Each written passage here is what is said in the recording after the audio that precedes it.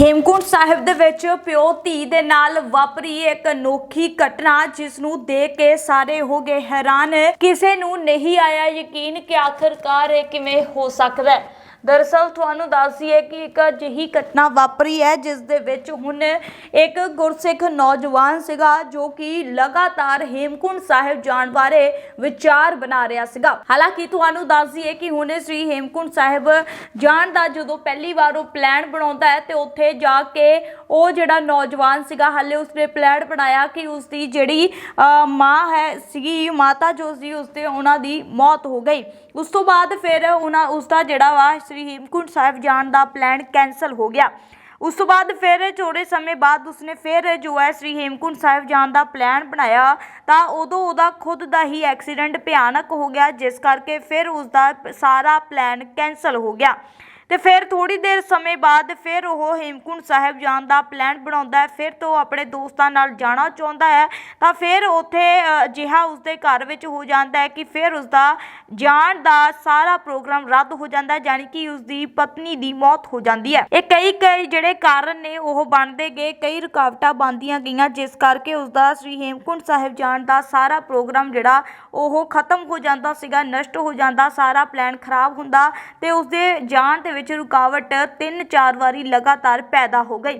हौली हौली घर खाली हो गया ते वो ना ही श्री हेमकुंड साहिब जा पाया ते ना ही उसके परिवार विच कोई जी बचिया, जानी कि सिर्फ एक बच्ची जिहड़ी सी उसकी 4 साल की वो प्यो धी घर च बचे ते माँ की भी मौत हो गई। पिता पहला जिहड़ी सीगे उन्हां दी मौत हो गई सी ते पत्नी की भी मौत हो गई ते घर दे विच हुण 4 साल की बच्ची ते खुद वो रह गया सीगा। तां हालांकि हुण फिर अपनी बच्ची जिहड़ी आ उसका ख्याल खुद रखदा, उसका ध्यान रखदा ते उस तो बाद फिर हुण एक दिन जदों बच्ची थोड़ा वड्डी हुंदी है तो बच्ची कहती है कि मैं ना श्री हेमकुंड साहिब जाना है। तो जिहड़ा पिता हुंदा है वो कह दिंदा है कि आपां हेमकुंड साहिब नहीं जा सकते, तो आपां हुण नहीं जाना। तो वो जिहड़ी लड़की आ बच्ची आ वो बार बार जिद करदी है कि आपां जाना है ते जिहड़ा पिता हुंदा है वो कई बार सोचदा हुंदा है पता नहीं मेरे कोलों किहड़ी भुल हो गई, की गलती हुई है कि मेरे तो जा ही नहीं हो रहा, मेरे जाण ते कोई ना कोई रुकावट पैदा हो रही है, घर विच कई वड्डे नुकसान हो गए, सारा परिवार खत्म हो गया। पर उसकी जिहड़ी बच्ची आ वो बार बार जिद करती रही, उसने जाण दी जिद की कि वो श्री हेमकुंड साहिब जाना चाहती है। तो अपनी बच्ची की जिद सुन के वो मन गया, पर उसने कहा कि अपने को तो जाण दे इन्ने पैसे भी नहीं हैं, आपां किवें जावांगे। तो उस बच्ची ने कहा कि आपां नूं पैसिਆਂ की लोड़ नहीं, आपां पैदल यात्रा करनी है। तो पिता ये गल सुन के हैरान हो गया कि इन्नी दूर पैदल किवें जावांगे। तो बच्ची ने कहा कोई गल नहीं, वाहिगुरू साडे नाल है, साडे आप ही रखिया करनगे। उस तो बाद जिहड़ी बच्ची हुंदी है अपने प्यो नूं तैयार करदी है ते दोवें श्री हेमकुंड साहिब की यात्रा लई निकल पैंदे ने।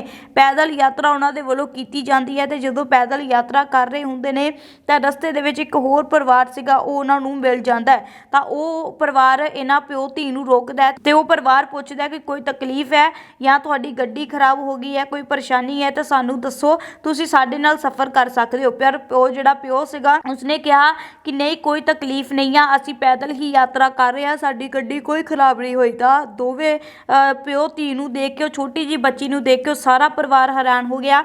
तो उस गुरसिख व्यक्ति दूसरे जिहड़ा परिवार सीगा उन्होंने पूछा कि तुहाडे धर्म च तां कोई एडी बंदिश है नहीं है कि पैदल यात्रा तुसीं करनी है। पर उस गुरसिख नौजवान ने कहा कि मेरी बच्ची दी मंग सी कि आपां पैदल यात्रा करनी है, तो इस मंग नूं पूरा करन दे लई असीं दोवें सफ़र ते निकले आ, यात्रा ते निकले आ।